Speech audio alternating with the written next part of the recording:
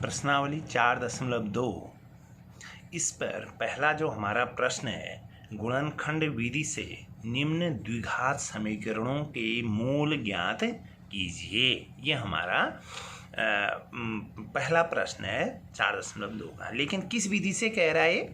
गुणनखंड विधि से द्विघात समीकरण एक्सरसाइज 4.1 में पूरा समझाया गया है कैसे कहते हैं उसको, गुणनखंड विधि से। अब पहले तो ये बताते हैं कि कितनी विधियां होती हैं जिससे हम इन्हें निकाल सकते हैं।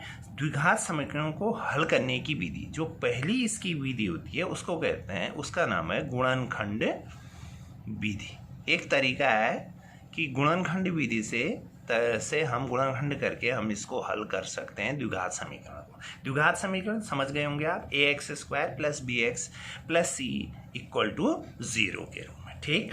और दूसरा है पूर्ण वर्ग बनाकर। एक तरीका ये है, हम द्विघात समीकरण को पूर्ण वर्ग बनाकर भी निकाल सकते हैं। और जो तीसरा तरीका है इसका, सूत्र द्वारा हम इसे ज्ञात कर सकते हैं।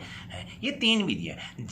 जिस विधि की बात यहाँ पर आएगी मैं उस समय उस विधि के बारे में इसको बताऊंगा। ये कि आपके नॉलेज के लिए बता दिया कि तीन विधि से हम इसे ज्ञात कर सकते हैं। लेकिन हमें पूछा क्या है यहाँ पर प्रश्न नंबर 1 है, ये पहला है प्रश्नावली का पहला प्रश्न है। पूछा क्या है इसने? गुणनखंड विधि से निम्न द्विघात समीकरणों के मूल ज्ञात कीजिए, ठीक है। और इसका जो पहला है x² - 3x - 10 = 0। देखिए द्विघात समीकरण है ना, ax² + bx + c = 0, जहाँ पर a = 1, b = -3 और c = 10 दिख रहा है ना। तो अब इसको हम कैसे हल करते हैं? इसको हल करने का, गुणनखंड विधि से हल करने का एक बड़ा आसान तरीका है। हमने क्या करना है, जो इसका पहला वाला पद है और जो लास्ट पद है, इसको किससे गुणा है? देखो ये है 1 × x² - 3x - 10 = 0। यानी यहाँ पर देखिए आप, 1 और पहला इसका गुणांक 1 है और इसका ये क्या है? 10 है। तो 1 × 10 बराबर पहले और लास्ट को गुणा कर दो 10। अब 10 के ऐसे गुणांक बनाओ, ऐसे दो गुणनखंड बताइए जिनको जोड़ने या घटाने पर 3 आता हो, ठीक है। ऐसे हम इसको ज्ञात करना है हमने, ठीक है। अब 10 को जोड़ने पर 3 आता हो, नहीं घटाने पर 3 आता हो या जोड़ने पर 3 आता हो, ये हमें ऐसे निकालना है। अब यहाँ पर देखिए x² 3 5 दूना 10 ऋण क्या हो गया? ये 3 को हम क्या लिख सकते हैं? 5 में से 2 घटाया 5 ऋण 2 लिख सकते हैं 3 को, x ऋण 10 = 0। देखिए दोनों को गुणा, 5 दूना 10 और 5 में से 2 घटाया 3, x² - 5x + 2x - 10 = 0। -5x ऋण 5x में से धन x गया, ऋण 3x बचा। दोनों को गुणा कीजिए, 5 दूना 10 ऋण गुणा धन ऋण 10x² फर्स्ट और लास्ट। अब इन दोनों में उभयनिष्ठ क्या है? देखिए x कॉमन ले लीजिए, क्या बचा? x ऋण 5 धन 2 कॉमन ले लीजिए, दोनों में उभयनिष्ठ है, x ऋण 5 = 0। इन दोनों में उभयनिष्ठ क्या है? x ऋण 5, क्या बचा? x धन 2 = 0।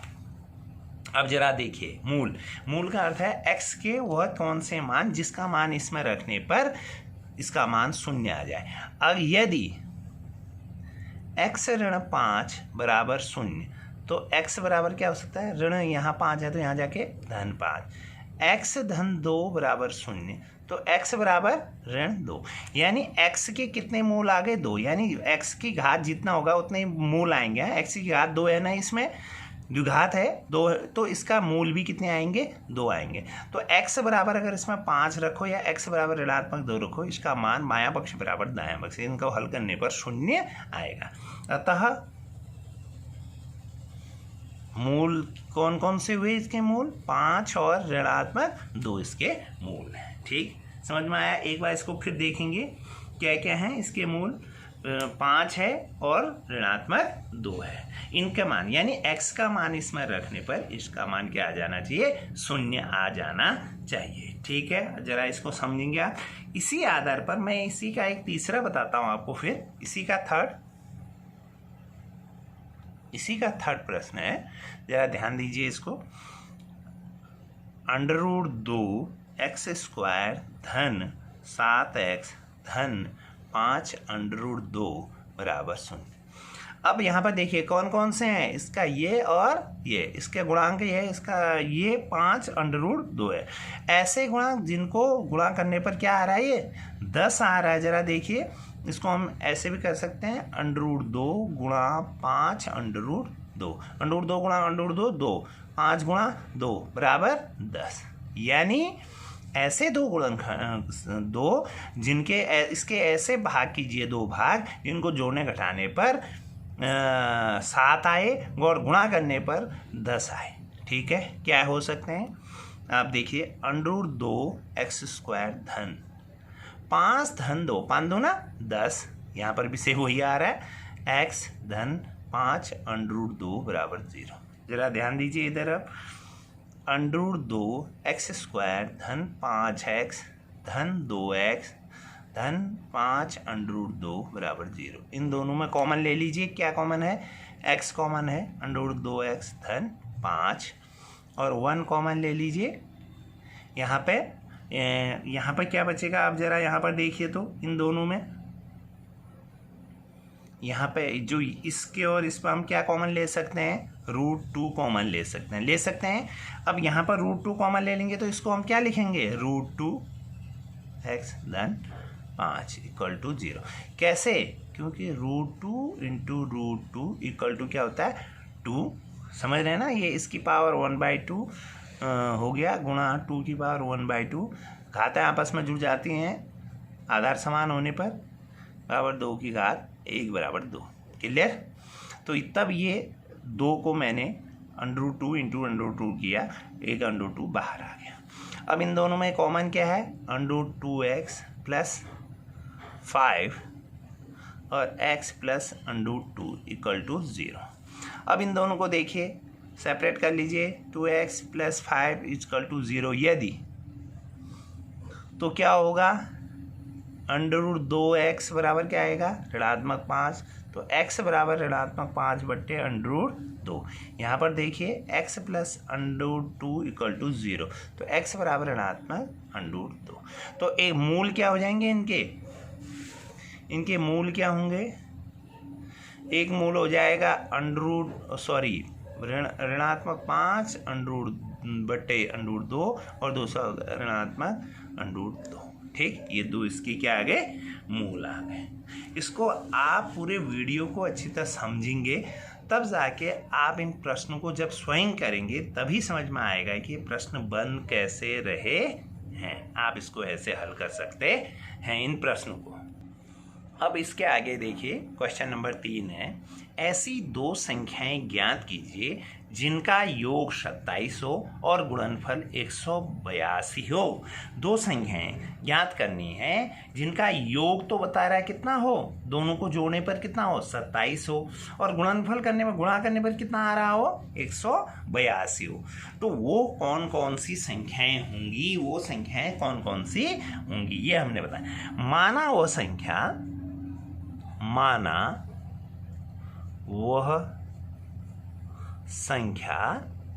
x है। क्या है, x है, माना वो संख्या। ठीक है, x है माना, तो अब आप देखिए दोनों संख्याओं का योग कितना हो, दिया है, दोनों संख्याओं का योग बराबर कितना दिया है, 27। एक संख्या x है तो दूसरी संख्या क्या होगी, तो एक 27 है, दोनों का योग, एक x है, दोनों का योग 27 है, तो दूसरी संख्या क्या होगी, 27 ऋण x होगी डेफिनेटली। और दोनों का गुणनफल, दोनों का गुणनफल कितना x 27 ऋण x बराबर कितना होगा, दोनों का गुणनफल कितना हो, दे रखा है 182। ठीक, तो कितना हो गया ये 27x ऋण x स्क्वायर बराबर 182। इसको हम ऐसे लिख सकते हैं, यहाँ देखिए लिख सकते हैं इधर को, एक्स स्क्वायर ऋण है तो धन, धन है तो ऋण 27x, और ये धन है इधर, तो इसको हम इधर को ले आए, ऋण हो गया और ऋण का धन, या इसको हम ऐसे भी कर सकते हैं, सबके जो है चिन्हों को बदल रहे हैं। ये धन है तो ये ऋण है तो धन कर दिया, ये धन है तो ऋण कर दिया, और ये क्या है ऋण 82, चिन्ह बदल दिए सबके। क्यों? क्योंकि हमने ax square plus b x plus c के रूप में लिखना है इसको। तो x square minus 27x plus 182 equal to 0। यहाँ पर समझना है आपने ये कैसे आया करके, हमने क्या कर दिए, सबके चिन्ह बदल दिए बस। क्यों बदले, आप न बदल के भी हो सकता है सहूलियत के लिए। अब एक्स स्क्वायर ऋण 27x धन ये, अब पहला और इसका मल्टीपल 182 के ऐसे गुणनखंड देखिए, x का गुणनखंड कितना है 1, मल्टीपल गुणांक कितना है 1, ये 182 के ऐसे गुणनखंड कीजिए जिनको आपस में गुणा करने पर 182 आए, और जोड़ने और घटाने पर, जोड़ने पर या घटाने पर 27 आए। ऐसे क्या है, तो वह है 14 गुणा 13 बराबर 182। तो आप देखिए एक्स स्क्वायर ऋण 14x ऋण 13x धन 182 इक्वल टू 0। एक्स माइनस 14 ऋण 13 x minus 14 equal to 0। X minus 14 x minus 13 equal to 0। यदि सेम उसी की तरह x माइनस 14 इक्वल टू 0, तो x बराबर 14, x माइनस 13 इक्वल टू 0, तो x बराबर 13। तो वो संख्या, पहली संख्या होगी कितनी, पहली संख्या है 14 और दूसरी संख्या कितनी है, दूसरी संख्या है 13। देखिए दोनों को जोड़िए, कितना आया 27, दोनों को गुणा कीजिए 182। क्लियर, समझे। यहाँ पर हमने क्या किया, सेम वही द्विघात समीकरण का रूप बनाया उसे, फिर उसका जैसे प्रश्न के अनुसार दिया गया है दोनों का गुणनफल बराबर इतना है, गुणा कर दिया। पहली संख्या x है तो दूसरी 27 ऋण x है, दोनों का योग 27 है, गुणा कर दिया और हमें चिन्ह बदल दिए। चिन्ह इसलिए बदले कि सहूलियत के लिए, अपनी सहूलियत के लिए। ये इससे सही फॉर्म में आ गया, तो आप ना बदलें तब भी बन जाएगा, कोई दिक्कत नहीं। और ऐसे हम इसको निकाल सकते हैं। तो वह पहली और दूसरी संख्या हमें ज्ञात कर ली।